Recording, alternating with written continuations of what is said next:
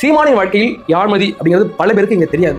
ஏன்னா 2009 காலகட்டங்களில் எல்டிடி அமைப்போட பொருளாளராக இருந்தவர் தமிழ்ச்செல்வன். அவருடைய மனைவி பேர் தான் யாழ்மதி. அவங்க ஒரு பத்திரிகையாளர் பண்ணிட்டு இருந்தாங்க. இந்த 2007 காலகட்டங்களில் அவர் இறந்து விட்டார். யாரு? அந்த தமிழ்ச்செல்வன் இறந்துட்டார். இப்போ இலங்கையில ஒரு போர் நடந்துட்டு இருக்கும்போது அங்க ஒரு தலைவர் இறந்துட்டார்னா அவருடைய மனைவி அவருடைய குழந்தைகளை வெளிநாட்டுக்கு அனுப்பி வைக்கிறது அப்படிங்கிறது அங்க நடந்துட்டு இருக்கு. ஏன்னா அவங்களுக்கு எந்த பாதிப்பு வரக்கூடாது, இனிமே அவங்களுக்கு யாரும் தோண கிடையாது, அங்க வெளிநாட்டில் போயிட்டு பிழைச்சிக்கணும் அப்படின்னு அந்த எல்டிடியில பண்றது சகஜம். அதே மாதிரி தான் 2007 தமிழ்ச்செல்வன் இறந்ததுக்கு பிறகு இந்த தமிழ்நாட்டுக்கு அனுப்பி வைக்கப்படுகிறார். யாரு? யாழ்மதி.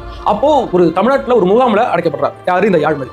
இந்த நியூஸ் கிடைச்ச சீமான் அவர்கள் அப்பொழுது டாக்டர் கலைஞர் அவர்கள் தான் முதலமைச்சராக இருந்தார். அப்போ சீமான் அவர்கள் கலைஞர்கிட்ட பேசிட்டு அந்த பெண்ணை வெளியில கொண்டாந்து அவருடைய இருந்தாங்க. 2 பேரும் பழகினாங்க, ரொம்ப நாள் பழகினாங்க. அதன் அடிப்படையில் தான் சீமான் அவர்கள் மதுரையில் நடந்த ஒரு பொதுக்கூட்டத்தில் என்ன சொன்னார்? நான் திருமணம் செய்வேன் என்றால் ஒரு ஈழத்து பெண்ணை தான் திருமணம் செய்வேன் என்று அப்படி சொன்னார். இதை எதுக்கு நம்ம சீமானனை வந்து அங்க கொக்கி போட்டாரு யாழ்மதிக்கு அப்படின்னு பார்த்தீங்கன்னா, இறந்தது தமிழ்ச்செல்வன். அவர் யாரு? எல்டிடி அமைப்போட பொருளாளராக இருந்தார். அது யாழ்மதி கிட்டமே நிறைய அளவுல செல்வாக்கு இருந்தது, பணம் இருந்துச்சு, பல எவிடன்ஸ் இருந்துச்சு. இதை எப்படியாச்சும் அபகரிச்சணும் அப்படின்னு தான் சீமானனை கொண்டு வச்சிருந்தார். பல காலம் கூட இருந்தாங்க. ஆனா சில காலங்களுக்கு பிறகு அவங்க வந்து மறைஞ்சிட்டாங்க.